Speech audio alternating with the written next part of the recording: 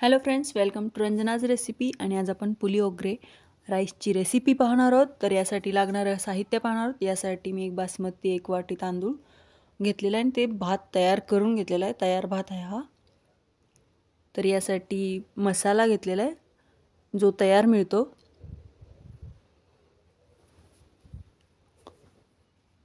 एक चमचा गूळ, मीठ चवीनुसार, हरभरा डाळ 1 चमचा, उडीद डाळ 1 चमचा, शेंगदाणे भाजलेले घेतलेले आहेत मी, हिरवी मिरची घेतलेली आहे कट करून, आणि कढीपत्ता आणि चिंचेचा रस, चिंचेचं कोळ घेतलेलं आहे.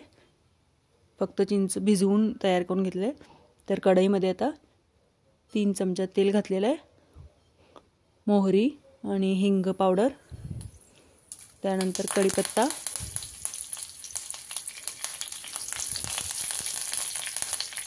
यानंतर मिरचीला मधून कट करून घेतलेलं आहे.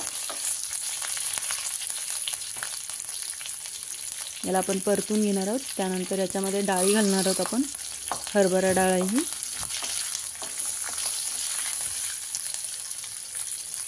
आता याच्यानंतर उडीद डाळ,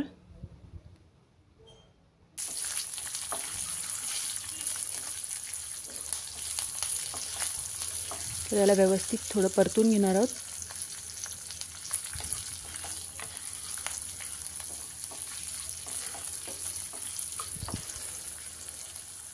त्यानंतर याच्यामध्ये आपण भाजलेले शेंगदाणे घेतलेले आहेत. तुम्ही पाहिजे तर कच्चं पण यूज करू शकता. तर मी इथं भाजलेलं घेतलेलं आहे.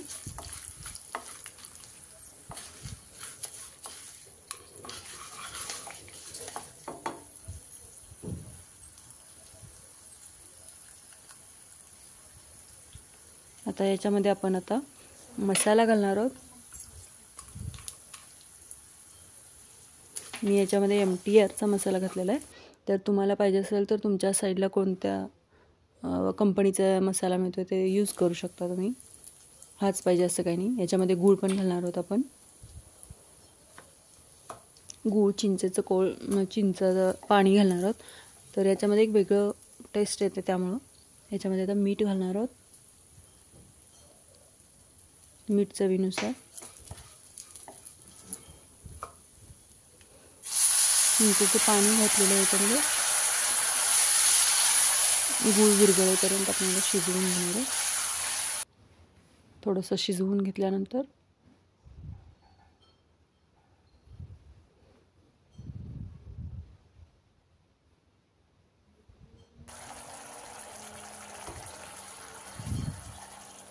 तर असा दाटसर पण आलेला आहे याच्यात. जो आपण तयार बासमतीचा भात तयार करून घेतलेला आहे शिजवून, तो आपण याच्यामध्ये घालून मिक्स करून घेणार आहे.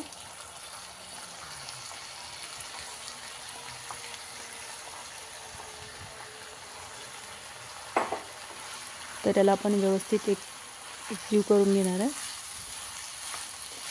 तर याची टेस्ट एक वेगळीच लागते.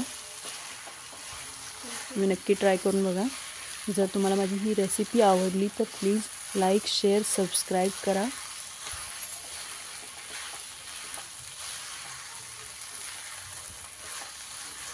तर अशा पद्धतीने आपलं पुलिओगरे राईस तयार झालेलं आहे.